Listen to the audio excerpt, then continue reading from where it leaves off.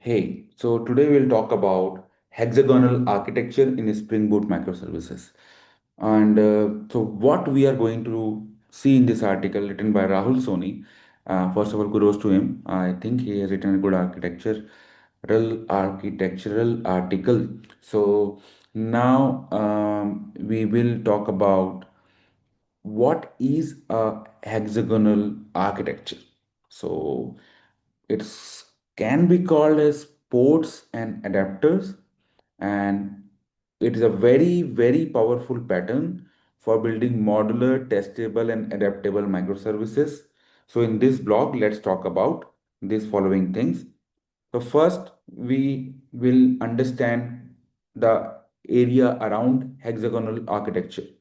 So the main purpose is to keeping the core business logic independent from external systems like databases, HTTP servers, messaging systems, etc. These all are external system, by the way, your core business logic and the external systems. So sometimes people may ask you what are can you specify about external systems. So you can say that anything which is away from my business logic is considered as an external system. So your application should talk to the world through well-defined ports, and the world connects to your application via well-defined adapters. So let's talk about a high-level view. If you can see it here, the inbound adapters were REST, Kafka, GraphQL, anything in the API, then it goes to the inbound port. Inbound port will go to application and use cases, then it will go to domain layer, then it will go to outbound port, and then the outbound adapters like DB, REST API files, etc. What is DB? When you store a transaction. Why REST API? Suppose a microservice has to call to another microservice. Files, if you want to have log files or something, etc. Now, real world folder structure will be source, main, Java, com, your companies or example thing. Then you will be having domain. Domain will have model, repository, and service. Application will have use case. So, application is the point where you will have inbound ports, model, repository, and service will have outbound ports. Now, the adapter will also have inbound as well as outbound. Okay, so the thing will be REST, Kafka, etc. And for inbound and DB also will be same as we talked about. Config is the Spring configuration file, and then you can say the order application.java. Now, detailed folder breakdown we have already talked about. So suppose the domain has the core business logic that totally is pure Java. It contains your business entities, your domain services, your interfaces that define what your application depends on. Then we talked about Spring. So it doesn't have Spring annotation, like just clean domain logic like order.java, order repository.java, order service.java. And then you can see the order.java, you will have a constructor, getter, setter, order repository, you will have save order, you will have find by ID. This is a port. We will create an adapter to implement it in using JPA. Now application will have like the application logic, like what actually this application does. This does the place order use case and cancel order use case. Place order you will say order.execute, or cancel order you will have like then you will have a place order interface here. Then you will have place order service where you will implement using your own particular uh, mechanism. So right now we just need to create a new order and we are just saving in the repository. Now let's just pause a bit. So till now what we have done, we have talked about inbound port, that is place order or cancel order. We have talked about the domains, which only is pure Java based. Okay, so now we will talk about adapter inbound.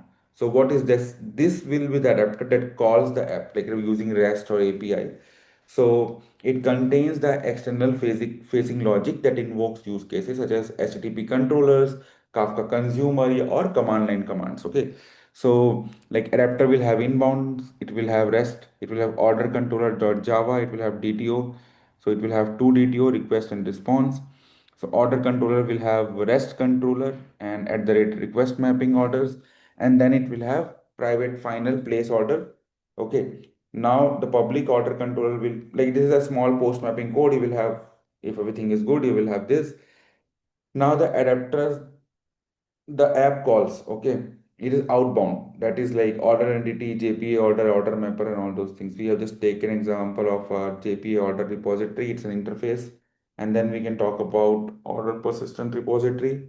Okay, here you do save and find by ID. Now, Spring Boot config, you will have web config, adapter config, and swagger config. In adapter config, you will see like which config you have to do. So data will flow like this. User will call a REST API. It will call a use case, domain logic, outbound port, persistent adapter to DB. Now, testing strategy will be domain will be unit test cases, JUnit Mockito. Use case will be unit mock test, JUnit. Adapters will be integration using test containers, and controller using web test, Spring Mock MVC. So this is how totally you will actually use. So test type is there. Now benefit of this architecture will be what? It will be separation of concern, clear boundaries between logic and tech, framework independence, domain is pure Java, adapter pluggability, swap DB's API, UI is easier testing, and scalability and maintainability, perfect for microservices. So bootstrap project template. So it can generate this folder ready to run. Okay. And summary is like this. Your domain will have core business logic, application will have use cases, ports will be interfaces, the adapter will be framework integration. So this is how totally it was. Okay. Now uh, we will close this, and if you like this kind of summary, that's okay. Otherwise, I have another thing which I wanted to make into this, and maybe next video I will do that. Maybe we'll just try to write this and test it.